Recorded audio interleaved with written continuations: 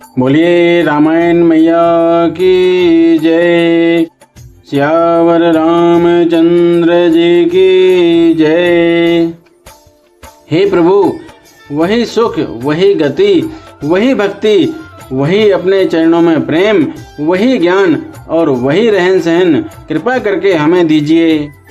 रानी की कोमल, गूढ़ और मनोहर श्रेष्ठ वाक्य रचना सुनकर कृपा के समुद्र भगवान कोमल वचन बोले, तुम्हारे मन में जो कुछ इच्छा है वह सब मैंने तुमको दिया, इसमें कोई संदेह न समझना।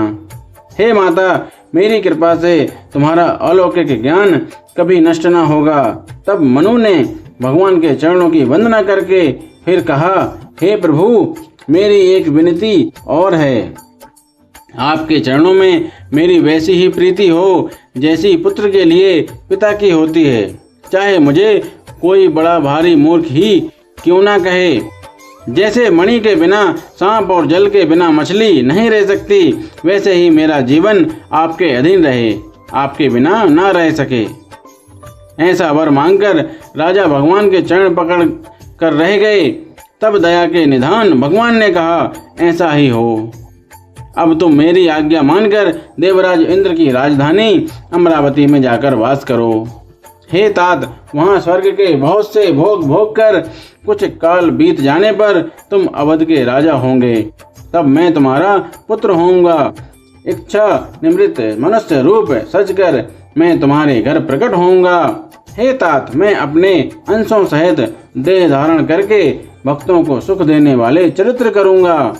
जिन चरित्रों को बड़े भाग्यशाली मनुष्य आदर सहित सुनकर ममता और मद त्याग कर भवसागर से तर जाएंगे। आदि शक्ति यह मेरी स्वरूप भूता माया भी, जिसने जगत को उत्पन्न किया है, अवतार लेंगी। इस प्रकार मैं तुम्हारी अभिलाषा पूरी करूंगा। मेरा प्रण सत्य है, सत्य है, सत्य है।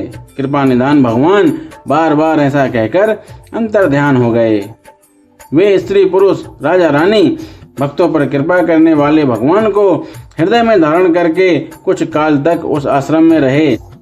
फिर उन्होंने समय पाकर सहज ही बिना किसी कष्ट के शरीर छोड़कर अमरावती इंद्र की पुरी में जाकर वास किया। याज्ञवल्क्य जी कहते हैं, हे भरद्वाज, इस अत्यंत पवित्र इतिहास को शिवजी ने पार्वती जी से कहा। अब श्री राम के अवतार लेने का दूसरा कारण सुनो। हे मुनि, वह पवित्र और प्राचीन कथा सुनो जो शिवजी ने पार्वती जी से कही थी। संसार में प्रसिद्ध एक कैकेयी देश था। वहाँ सत्यकेतु नाम का राजा रहता राज्य करता था।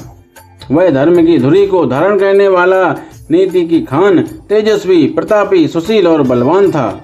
उसके 2 वीर पुत्र हुए जो सब गुणों के भंडार और बड़े ही रणधीर थे। राज्य का उत्तराधिकारी जो बड़ा लड़का था, उसका नाम प्रताप भानु था। दूसरे पुत्र का नाम अरिमर्दन था, जिसकी भुजाओं में अपार बल था और जो युद्ध में पर्वत के समान अटल रहता था। भाई भाई में बड़ा मेल और सब प्रकार के दोषों और छलों से रहित सच्ची प्रीति थी। राजा ने जेठे पुत्र को राज्य दे दिया और आप भगवान के भजन के लिए वन को चल दिया। जब प्रताप भानु राजा हुआ, देश में उसकी दुहाई फिर गई। वह वेद में बताई हुई विधि के अनुसार उत्तम रीति से प्रजा का पालन करने लगा। उसके राज्य में पाप का कहीं लेस भी नहीं रह गया। राजा का हित करने वाला और शुक्राचार्य के समान बुद्धिमान धर्मरुचि नामक उसका मंत्री था। इस प्रकार बुद्धिमान मंत्री और बलवान तथा वीर भाई के साथ ही स्वयं राजा भी बड़ा प्रतापी और रणधीर था। साथ में अपार चतुरंगिनी सेना थी, जिसमें असंख्य योद्धा थे जो सबके सब रण में जूझ मरने वाले थे। अपनी सेना को देखकर राजा बहुत प्रसन्न हुआ और घमाघम नगाड़े बजने लगे। दिग्विजय के लिए सेना सजाकर वह राजा शुभ दिन मुहूर्त साधकर और डंका बजाकर चला। जहाँ तहाँ बहुत सी लड़ाइयाँ लड़ी। उन्होंने सब राजाओं को बलपूर्वक जीत लिया। अपनी भुजाओं के बल से उसने 7 द्वीपों भूमिखंडों को वश में कर लिया और राजाओं से दंड कर लेकर के उन्हें छोड़ दिया।